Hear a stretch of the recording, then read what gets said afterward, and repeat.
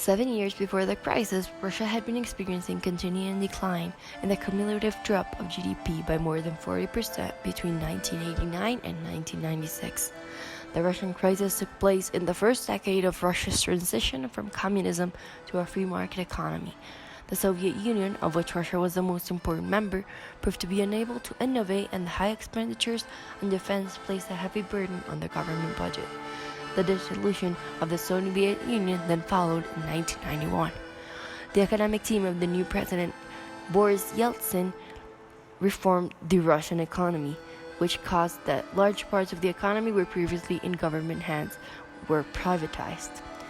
With Yeltsin's transition, investment collapsed, GDP started to decline sharply, income inequality increased, and poverty became widespread. Meanwhile, hyperinflation resulting from the Russian central bank's loose monetary policy increased to 874% in 1993. The crisis came to a head on August 17, 1998, when the government of then Premier Sergei Kirilenko abandoned its defense of a strong ruble exchange rate against the dollar, defaulted on government domestic debt, forcing its restructuring, and placed a 90-day moratorium on commercial external debt payments. The Russian crisis, the Moscow Time Index plummeted by 79%, which represented a huge loss for Russia. Because of that, investors were afraid to invest in Russia. That led to the Russian ruble lost 60% of its nominal value only 1 month in 1998. Such economic environment also led that the foreign reserves in Russia dropped by 30%, decreasing from 18.4 billion to 12.5 billion. Such numbers are represented in US dollars. The money was being flown away from Russia in fear that Russia might enter a recession. Also, in 1998, oil prices and other commodity prices had dropped significantly, prices on which Russia depended significantly for its foreign currencies. Such prices meant that Russia was not earning as much money as it should to pay its foreign debt. Also, the commodities that Russia was producing were not worth as much as before. Because of that meant that Russia must produce more in order to pay its debt. That meant that servicing foreign debt was much more expensive for Russia. Okay, so now talking specifically about the symptoms of the Russian crisis in 1998, it is important to understand that these symptoms began previous to the actual date in which the crisis started. The symptoms indicate actually that a crisis is going to take place, and it can be broken down into various categories. It is also important to highlight the fact that these symptoms affect investor confidence, and by affecting it, it leads to further deterioration in the general economic conditions of the country. So before going into detail into the domestic and foreign symptoms, it is important to analyze, first of all, the GDP per capita and GDP of the country as a general, and point out the fact that it is actually declining in these years, as you can see from the graph, that there is an important, much more than an important post-cycle in which the economy actually started growing and began contracting. Furthermore, we see a fun cartoon that highlights the fact that the Russian economy is going downhill and it's being affected by different obstacles along the way, such as high inflation. Okay, so now talking specifically about the domestic economic indicators, the first one is actually the falling GDP. The GDP contracted 4.6% just for the year 1998. However, it is important to highlight that since the fall of the Soviet Union in 1991, the economy has contracted approximately 40%. Furthermore, we have high inflation. High inflation rates reached around 84.4% for the year 1998. This means that the actual money, the ruble, had much less value. and thus the acquisitive power of the ruble and of Russian society decreased. Furthermore, we have rising unemployment, as we can see from a contracting economy. The different sectors start to lay off people, and considering that now the Russian economy was trying to implement a much more capitalistic model, I say trying because it was not fully established yet, there is no longer as much of government intervention, and the unemployment rate rises from 7 to 12% for these years. Finally, we have high interest rates. We have GKOs. GKOs are Russian treasury bills, peaked at 135.3%. And furthermore, we have a refinancing rate of around 103%.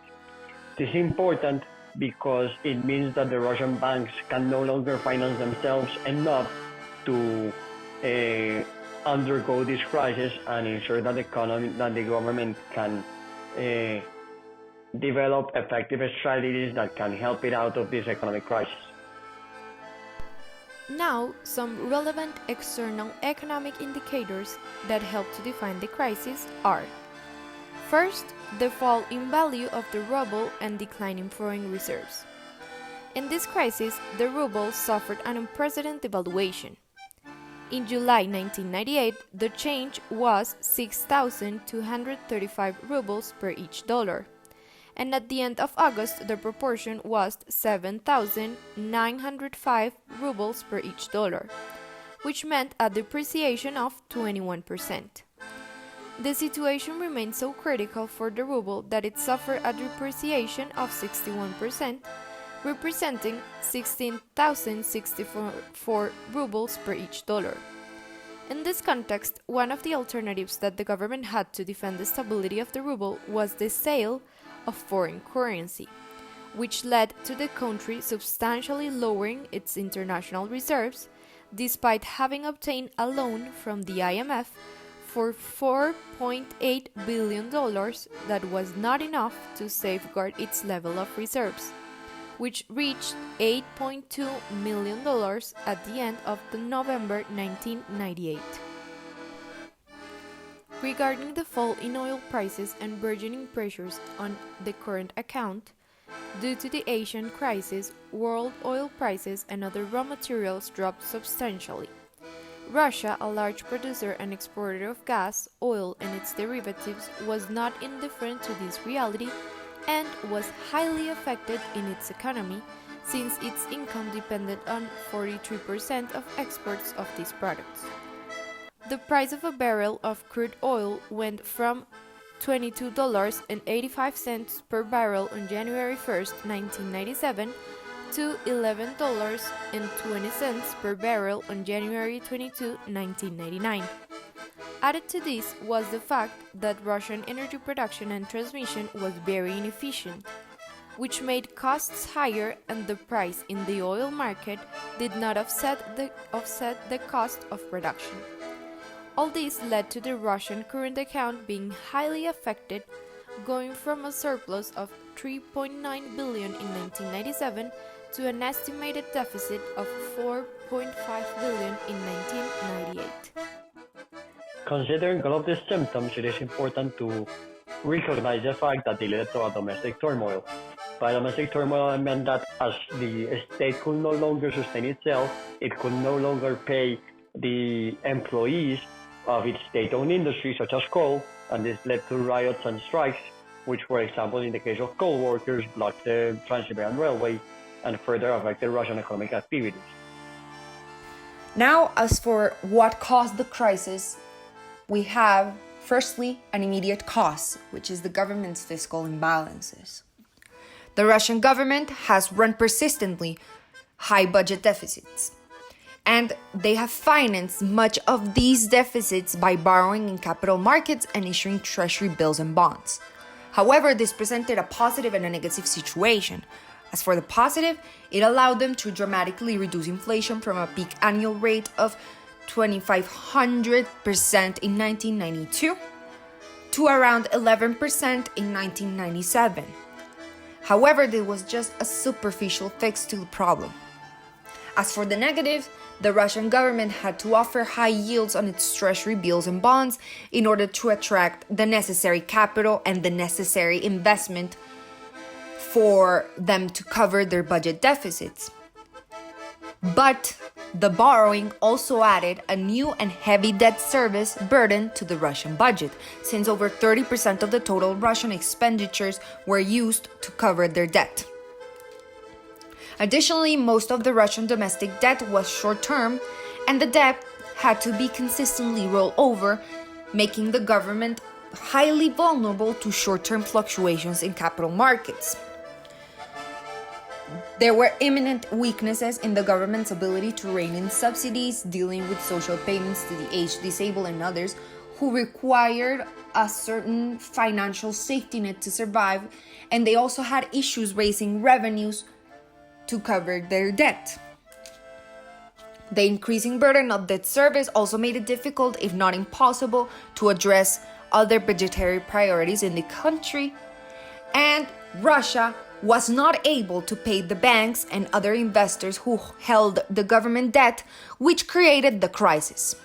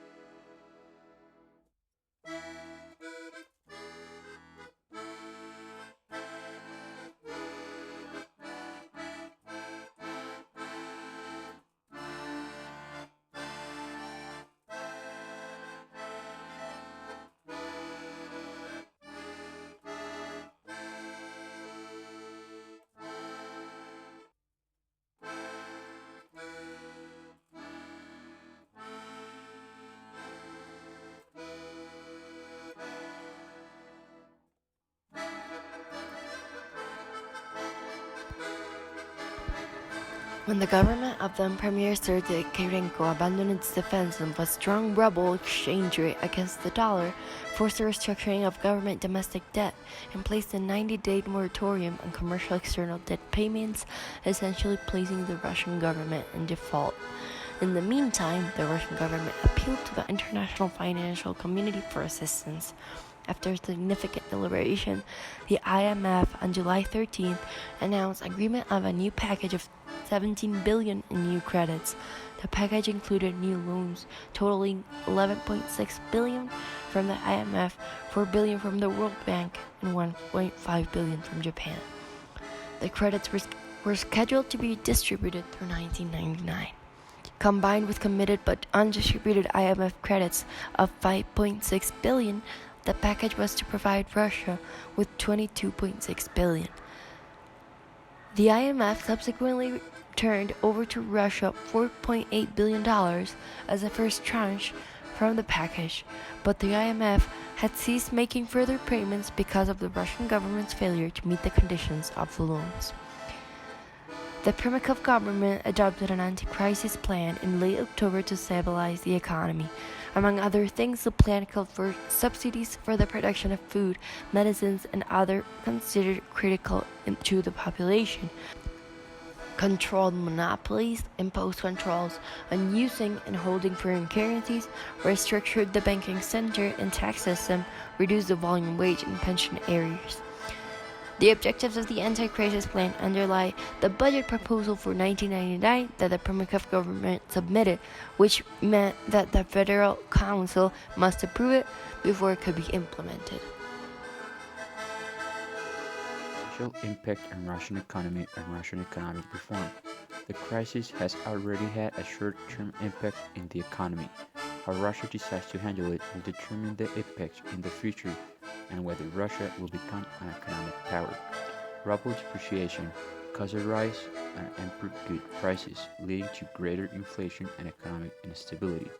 Also, panic among bankers and depositors led to huge withdrawal of currency and decline in the value of Russian exports. Russia also needed new and foreign domestic capital to replace the worn-out capital to build new infrastructure.